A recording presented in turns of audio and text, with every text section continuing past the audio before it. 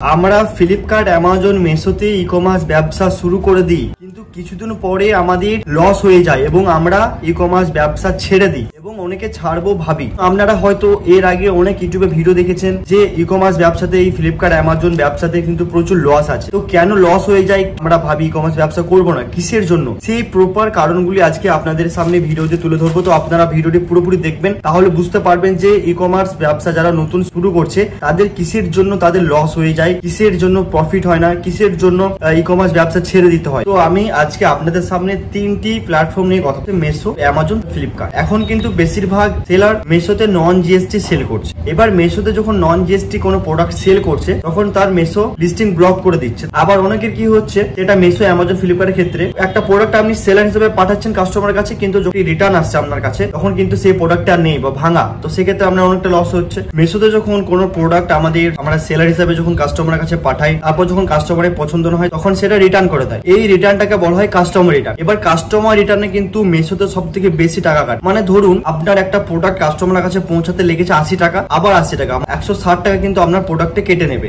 এক্ষেত্রে আপনার প্রোডাক্টে ভাঙা আসছে এবং প্রোডাক্টে আসছে না, রিটার্ন টাকা কিন্তু আপনার কেটে নিচ্ছে। এক্ষেত্রে প্রচুর পরিমাণে কিন্তু মেসোতে যারা নতুন সেলার তারা কিন্তু প্রচুর পরিমাণে লস খাচ্ছে। যারা মেসোতে সেল করছেন এগুলো ভেবে চিন্তে করুন যে মেসোতে সেল করবেন কি করবেন না, কারণ অ্যামাজন, ফ্লিপকার্টে কিন্তু এরকম ভাবে এত টাকা চার্জ কিন্তু কাটে না। যদি রিটার্ন আসে, কাস্টমার রিটার্ন আসে, তাহলে কিন্তু চার্জেস কাটে না। আর কুরিয়ার রিটার্নে কিন্তু অ্যামাজন, ফ্লিপকার্ট, মেসো কোনো প্ল্যাটফর্মে কিন্তু কুরিয়ার রিটার্নে কিন্তু টাকা কাটে না। এবার আমরা কথা বলবো অ্যাডস নিয়ে। যখন আপনারা নতুন সেলার হবেন তখন কিন্তু আপনারা জানবেন না যে কি অ্যাডস, কিভাবে অ্যাডস রান করে। তখন আপনারা অ্যাডসে ঘাটাঘাটি করবেন। অ্যাডসে ঘাটাঘাটি করতে করতে অ্যাডসটা কোনো রকম ভাবে চালু হয়ে যায়। তারপরে কিন্তু প্রচুর টাকা, প্রতিদিন 1000, 2000 করে টাকা কিন্তু অনেক সেলারে কাটতে থাকে। তারা জানেই না যে আমার অ্যাকাউন্টে অ্যাড চালু হয়ে গেছে। তা অর্ডার চলে আসতে লাগে, তখন ভাবেন যে আমার অর্ডার আসছে। কিছুদিন পর, 20 দিন, 25 দিন পর দেখে যে আমার অ্যাকাউন্টে অনেক টাকা কেটে নিয়েছে। কেন? যে আমার অ্যাকাউন্টে অ্যাড চলেছে। তো যারা নতুন সেলার মেসো, ফ্লিপকার্ট, অ্যামাজন, আপনারা অ্যাড সেকশনে গিয়ে দেখবেন যে আপনার কোথাও অ্যাড চলছে না। তো যদি অ্যাড চলে অবশ্যই অ্যাডটাকে বন্ধ করে দেবেন। মেসোতে কি হচ্ছে, অনেকে আমাকে বলছে যে স্যার আমাদের মেসোতে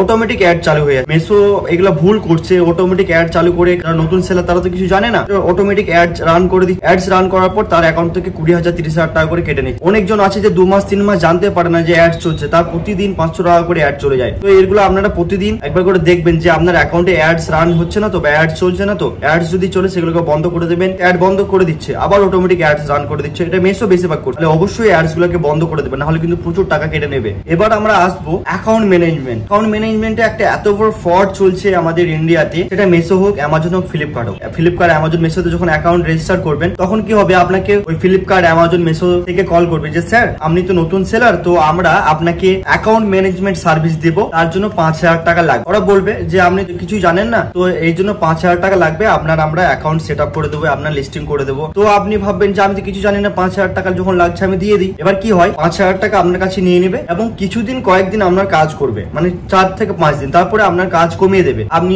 ওর সঙ্গে না কন্ট্যাক্ট করতে পারবেন না কিছু করতে পারবেন। তো যারা নতুন নতুন সেলার রেজিস্টার করছেন তারা এগুলো থেকে বিরত থাকুন। বলবেন যে স্যার আমার অ্যাকাউন্ট ম্যানেজমেন্ট দরকার নেই, আমি নিজে নিজে করতে পারবো, আমি নিজে নিজে জানি, আমার অ্যাকাউন্ট ম্যানেজমেন্ট একদম দরকার নেই। এগুলো থেকে অবশ্যই সাবধান থাকবেন। তারপর যে ভুলটা সবাই করে, আপনি যখন নতুন সেলার কোনো প্রোডাক্ট বিক্রি করবেন ভাববেন, তখন হচ্ছে আপনি কোন একটা হোলসেলারের সঙ্গে যোগাযোগ করবেন। এবার ওই হোলসেলার আপনাকে বলবে যে এই প্রোডাক্টটি আপনি 100 পিস বা 200 পিস না নিলে আপনি নিতে পারবেন না। তো সেক্ষেত্রে আপনি কি করেন যে 100 পিস প্রোডাক্ট আপনি নিয়ে নেন। এবার 100 পিস প্রোডাক্টের ধরুন অনেক দাম, তো সেক্ষেত্রে 100 পিস প্রোডাক্ট কিনতে আপনার কিন্তু প্রচুর টাকা লেগে আছে। এরপরে আপনি প্রোডাক্টটা কিনে নিলেন, কেনার পরে আপনার ওই প্রোডাক্টে আর অর্ডার আসছে না, অ্যামাজন, ফ্লিপকার্টে কোনো জায়গা থেকে আপনার অর্ডার আসছে। সেক্ষেত্রে আপনার প্রোডাক্টটি পড়ে রয়ে গেল, কোনো জায়গায় বিক্রি হচ্ছে না, আপনি তো ওই প্রোডাক্ট আর হোলসেলারকে পাঠাতেও পারবেন না, আপনি লস খেয়ে যাচ্ছেন। প্রথমেই যদি লস খেয়ে যান সেক্ষেত্রে তো আপনার মনে হবে যে ব্যবসাটা সত্যি খারাপ, এই ব্যবসা করা যাবে না। কিন্তু এগুলো যদি আপনি প্রথমে 10 পিস করে প্রত্যেকটা প্রোডাক্ট বিক্রি করা শিখেন, তারপর আস্তে আস্তে আপনি বেশি করে কিনবেন, সেটা আমরা সাজেস্ট করি সবসময়। তো সেটা করলে আপনারা লস খাবেন না, একটা প্রোডাক্টের উপর প্রচুর টাকা লাগিয়ে দেবেন না। তাহলে সেক্ষেত্রে